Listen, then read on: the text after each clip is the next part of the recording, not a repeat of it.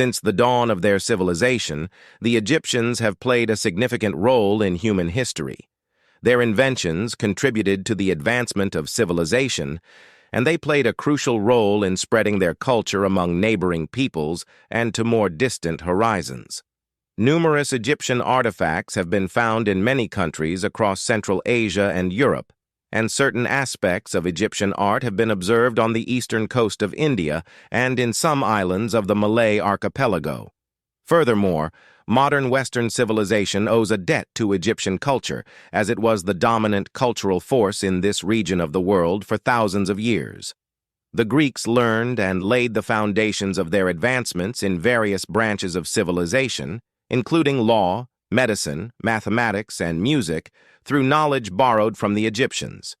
Rome, in turn, adopted many of these disciplines from Athens, even in the realm of religion. The Egyptian goddess Isis, for example, had several temples in Rome and other Roman cities. But from whom did the pharaohs acquire their knowledge? Was it from the gods? You shall see. A notable figure emerged in the history of ancient Egypt, Imhotep, whose name is associated with King Djoser, a pharaoh of the Old Kingdom's third dynasty, 2780 to 2680 BCE.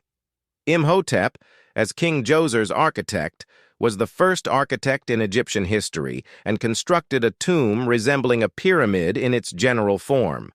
This structure was massive compared to the buildings of that time, with a height of 200 feet and comprising 6 layers.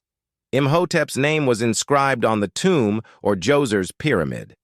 Beyond his architectural expertise, Imhotep was also an astro-writing gnomer, a writer, and a teacher who taught the Egyptian people, invented black ink from plant leaves, and was a doctor who cured chronic diseases and an accomplished pharmacist.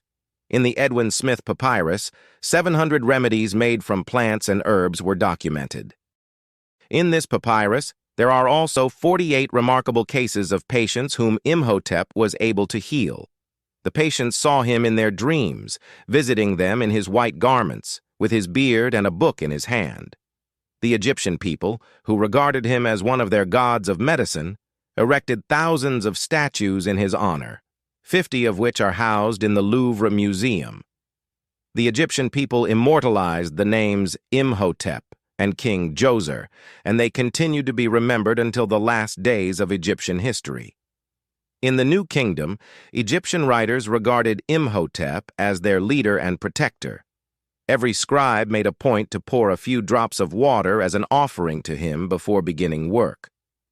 His unique genius had a profound impact on the Greeks, and Imhotep had no sarcophagus in any pyramid. He disappeared to remain a mystery forever, even to the Romans. Was Imhotep one of the gods whom the priest told Herodotus had lived among people? Perhaps. We will attempt to uncover the identity of these gods shortly.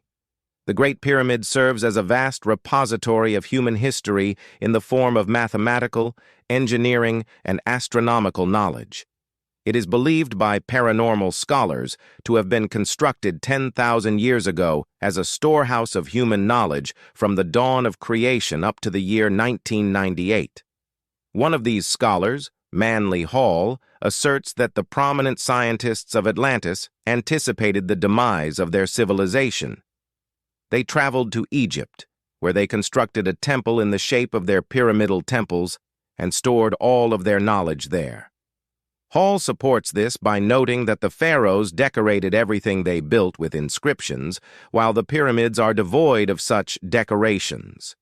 Indeed, there is much evidence pointing to Atlantis, which vanished beneath the waters. Through maps, scientists have discovered that this island was located between the continents of Africa and America. At a depth of 3 kilometers on the seabed between Europe and America, they found types of shells and mollusks that are only found in freshwater. They also discovered a type of crystal glass and platinum wires, which can only be manufactured at extremely high temperatures. This suggests that there were rivers and highly advanced industries submerged in this area. It is clear that Atlantis was inhabited by those known in ancient legends as the Northern Giants. This golden continent existed and vanished under mysterious circumstances, much like Sodom and Gomorrah. The Holy Scriptures tell of a flood that submerged the earth, as do Indian texts, the Tibetan Book of the Dead, and Greek myths.